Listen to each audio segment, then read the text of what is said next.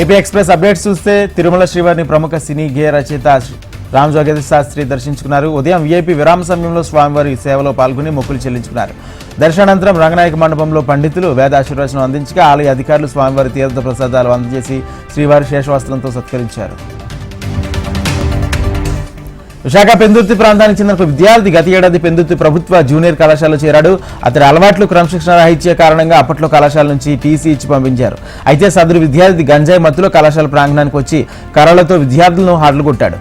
తనకు మళ్లీ సీట్ ఇవ్వకపోతే ఆత్మహత్య చేసుకుంటారంటూ వాహనాల మధ్యకు వెళ్లి అలజడి రేపాడు. దీనిపై సమాచారం అందుకున్న పోలీసులు వెంటనే ఘటనా స్థలానికి చేరుకుని అదుపులోకి తీసుకున్నారు.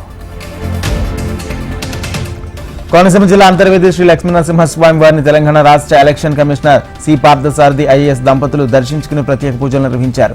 ఆలయ అర్చకులు వీరికి ఆలయ మర్యాదలతో సత్కరించి పూర్ణ కుంభంతో స్వాగతం పలికారు. శ్రీకాకుళం మున్సిపల్ కార్పొరేషన్ పరిధిలో గల పారిశుద్ధ్య కార్మికులు తమ డిమాండ్ పరిష్కరించాలని ధర్నా చేపట్టారు.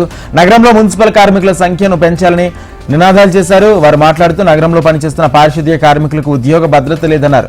పారిశుద్ధ్య మహిళా కార్మికులను పనిచేయమని అధిక ఒత్తిడికి గురి చేస్తున్నారన్నారు. ప్రకాశం జిల్లా ఒంగోలులోని కలెక్టరేట్ వద్ద all pensioners retired persons association ఆధ్వర్యంలో ధర్నా కార్యక్రమం నిర్వహించారు. రాష్ట్ర ప్రభుత్వం సామాన్య ప్రజలకు 4,000 పెన్షన్ ఇస్తున్నారని, ఈపీఐ పెన్షన్దారులకు కనీసం పెన్షన్ ఇవ్వాలని డిమాండ్ చేశారు. ప్రభుత్వం తక్షణమే పెన్షన్పై చర్యలు తీసుకోవాలని కోరారు. ఏలూరు జిల్లా వీరళపాడు మండలం పెద్దవాగ ప్రాజెక్టు వరద ఉధృతికి అల్లూరు నగర్లోని 200 ఇండ్లు దెబ్బతిని కట్టబట్టలతో రోడ్డున పడ్డాయి.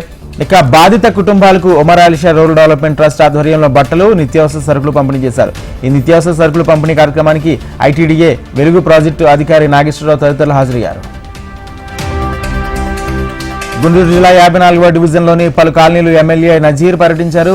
డివిజన్లో సమస్యలను అడిగి తెలుసుకున్నారు. ముస్తాఫా కుటుంబ సభ్యుల ఫోటోలను సీసీ రోడ్ల పలకాలకు ముద్రించి ఉండడంతో కంగుతిన ఎమ్మెల్యే నజీర్ స్వయంగా శిలాఫలకాలను స్వయంగా పగలగొట్టారు. చిత్తూరు జిల్లా ఎమ్మెల్సీ భరత్పై గుంటూరులో కేసు నమోదైంది. వచ్చిన వార్తపై భరత్ స్పందించారు. తనపై దుష్ప్రచారం చేస్తున్న వారిపై చట్టపరంగా చర్యలు తీసుకుంటామన్నారు.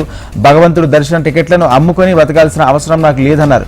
మల్లికార్జున అనే వ్యక్తి ఎవరో నాకు తెలియదన్నారు. కుప్పంలో చంద్రబాబుపై పోటీ చేశాననే కక్షతో నాపై ఎలాంటి దుష్ప్రచారాలు చేస్తున్నారని తెలిపారు.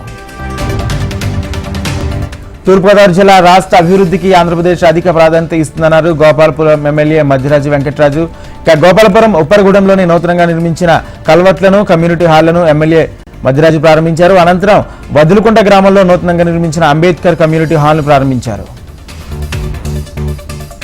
తిరుమల శ్రీవారిని మంత్రి రాంప్రసాద్ రెడ్డి దర్శించుకున్నారు. ఇవాళ ఉదయం వీఐపీ విరామ సమయంలో స్వామివారి సేవలో పాల్గొని మొక్కులు చెల్లించుకున్నారు. దర్శన అనంతరం రంగనాయకుల మండపంలో వేద పండితులు వేద ఆశీర్వచనం అందించారు. ఆలయ అధికారులు స్వామివారి తీర్థ ప్రసాదాలు అందజేసి శ్రీవారి శేషవస్త్రంతో సత్కరించారు.